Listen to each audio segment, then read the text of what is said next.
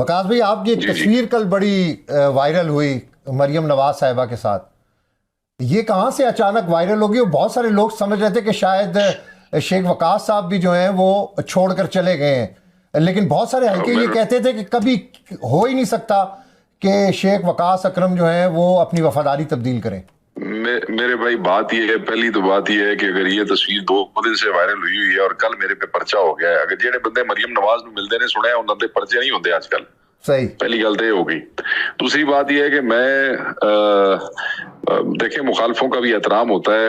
एहतरामन कहूंगा कि मैं मरियम नवाज साहबा को सारी जिंदगी में उनके साथ मेरी कोई तस्वीर नहीं है, न पुराने दिनों में ना नए दिनों में, क्योंकि मैंने ट्विटर पे देखा कई लोगों ने कहा जी ये पुरानी तस्वीर है, तो मैं उनकी वही वजाहत कर दूं कि मेरी आज तक मरियम नवाज साहिबा के साथ कोई तस्वीर है ही नहीं, ना कोई नई और ना कोई पुरानी। और मैंने बहुत से इसी तरह के कैरेक्टर्स से इख्तलाफात की वजह से वो पार्टी उनके इक्तदार के दिनों में छोड़ दी थी।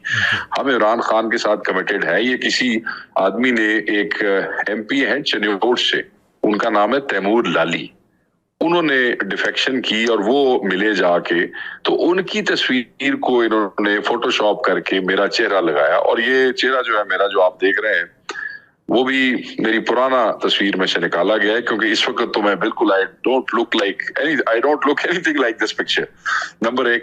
और वो इतनी कोई बेहुदा किस्म की जो है वो एडिटिंग की गई है कि उसमें साफ पता लगता है कि ये मैं नहीं हूं। मगर बहरहाल फिर जो मुखालिफ और प्रोपेगेंडा करने वाले होते हैं उनको कोई ना कोई बहाना चाहिए होता है।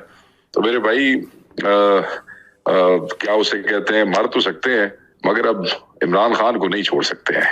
तो वकास हम भाई, तो इसमें भी इंसल्ट समझते हैं कि कोई हमसे ये भी पूछे कि जी आप क्या करेंगे क्या नहीं करेंगे, ये हमारी इंसल्ट है। ये जो तस्वीर थी एक प्रोपेगेंडे का हिस्सा थी, मगर ऐसे फेक तस्वीरों का उम्र ज्यादा देर नहीं होती। हम लानत भेजते हैं तस्वीर बनाने वालों पे और तस्वीर पे यकीन करने वालों पे।